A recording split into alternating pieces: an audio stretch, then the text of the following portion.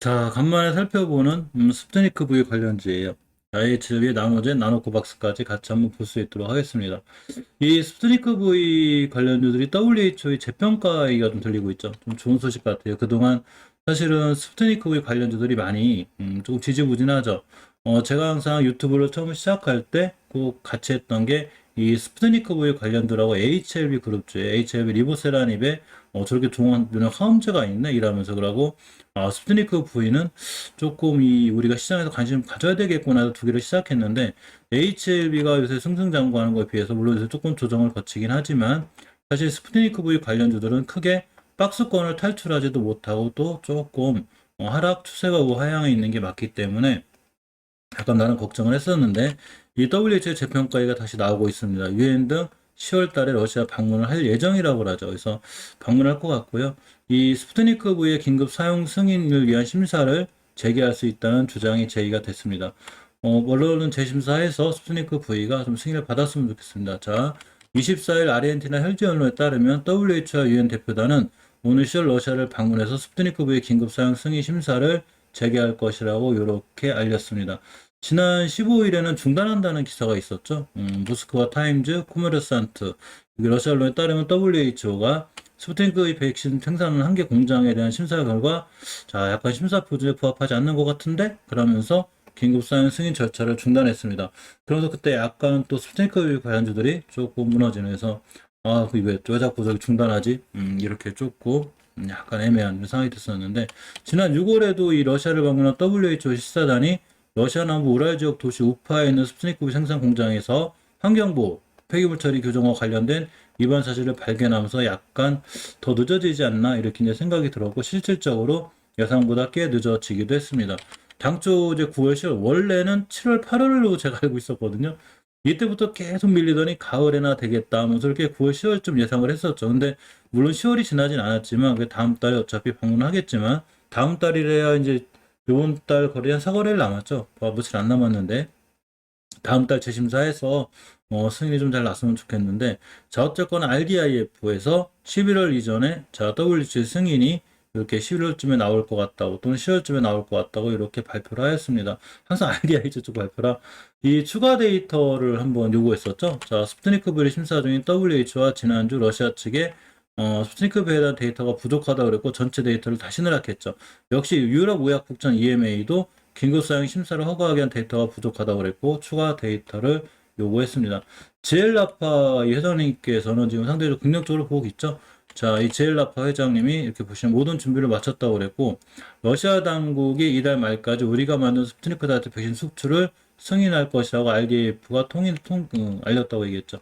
행사 준비까지 다 이제 해놨다고 그래요. 보시게 되면 이제 황재관 회장님이 러시아 백신이 우리의 생산 과정을 검증하기를 기다리고 또 라이트 백신을 계속 생산하고 있다고 그랬고 이 백신의 스푸트니크 라이트 백신의 첫 해외 생산 승인을 기념하는 행사도 준비하고 있다고 밝혔습니다. 재심사 받아서 좀 잘 얼른 해결됐으면 좋겠습니다.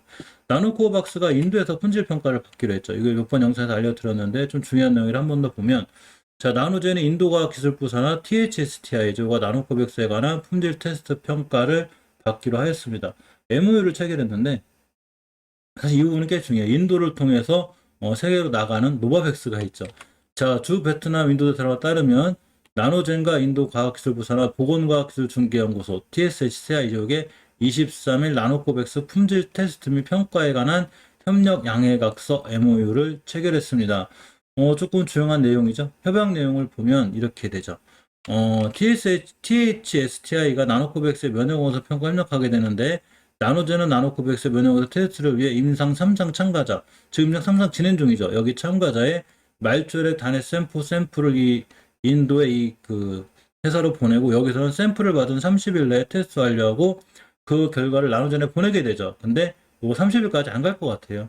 이게 30일까지 다 했다가는 베트남 총리가 쫓아갈 것 같습니다. 그래서 아마 좀 빠른 시일 내에 이루어지고 사실은 이 노바백스도 인도를 통해서 이 모든 걸 해결했기 때문에 자 WHO가 긴급 수용 상인을 신청을 하려면 국가별 규제기관이 인증한 임상 자료가 있어야 되는데 노바백스는 이렇게 인도 의약품관리국 DCGI에 했었던 얘기죠.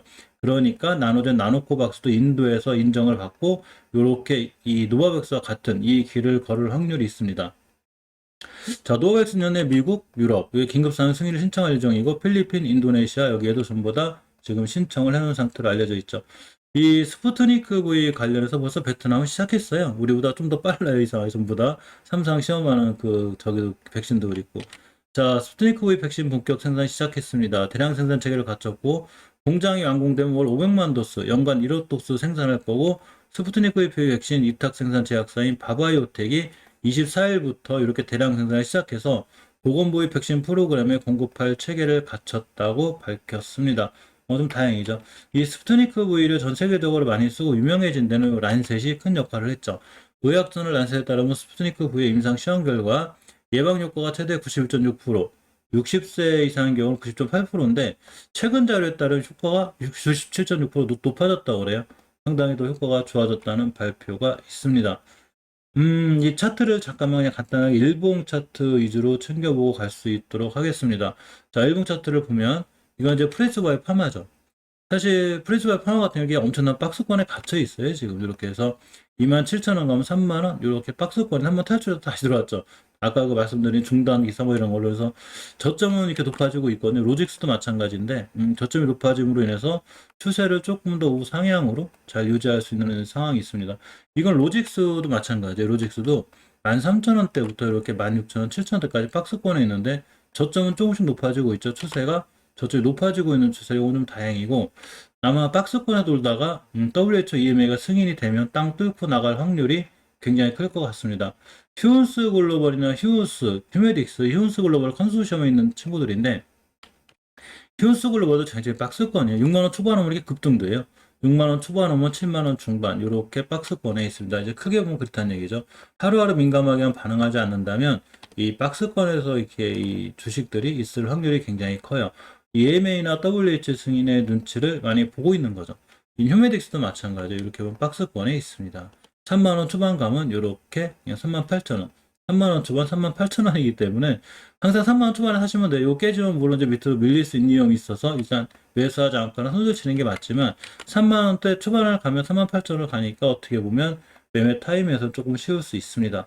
단지 좀 걱정이 되는 건 대표적인 중요한 CME 업체인 바이넥스인데 사실 추세는 완전히 꺾였어요. 이렇게 조금 위험한데 일단 예전에 17,000원대를 기준으로 이때 자사주 신청이 있었거든요. 바이넥스 쪽에서. 그래서 17,000원대를 깨지 않는 한 대응하는 게 맞고 지금 이제 금요일 종가가 17,300원에 끝났는데 이 가격대를 얼마나 잘 지켜주냐에 따라서 다음 주가 좀 결정이 될 것 같아요. 물론 이번 기사가 좀 호재가 돼서 올라가주면 좋겠지만 어쨌거나 장기적으로 추세가 깨져 있어서 이쪽은 시간, 그러니까 가격 조정이 끝나면 항상 기간 조정이라는 게 있어야 되기 때문에 기간 조정 뒤에 이렇게 추세를 턴할 수 있는 그런 확률이 좀 있습니다. 자, HLB나 HLB 생명과학은 조정권에 살짝 들어올 수 있는 상황이 있죠. 예전에 이제 오랜 기간 이렇게 이제 이거 만약에 프레스 바이오파나 바이넥스 저기 파마나 로직스 치면 이렇게 긴 구간이 있었고 이제 여기서 100% 올라왔죠. 자, 물론 적게 올라온 건 아니지만 예전에 대량 거래가 터진 날을 기준으로 저점이 금요일 저점이라고 치면 이렇게 왔다 갔다 박스권에 있다가 이 나노젠 나노코박스의 호재와 함께 한번 더 가격이 업그레이드 될 수 있는 이런 상황이 될 수 있습니다. 자, HLB 생명과학도 마찬가지로 보시게 되면 예전에 이 22,700원짜리가 타상 최고가였었어요. 근데 요번에 23,000원 갔죠. 그러니까 타상 최고가를 찍거나 52주 신고가를 찍게 되면 사실 그 자리를 기준으로 어느 정도 약간 조정이 들어와요. 차익 실현하시는 분들도 당연히 있는 거죠. 그러니까 가격 조정, 기간 조정 이에 뒤에 역시 HLB처럼 이 나노젠 나노코박스 이런 것들과 관련하고 또 리보셀하니까 관련해서 한두 번 또 이게 급등하거나 가격의 업그레이드가 이루어질 수 있는 상황이 있습니다. 조금 더 디테일한 상황이나 이런 건 미국 시장과 함께 또 항서그룹 또는 여러 가지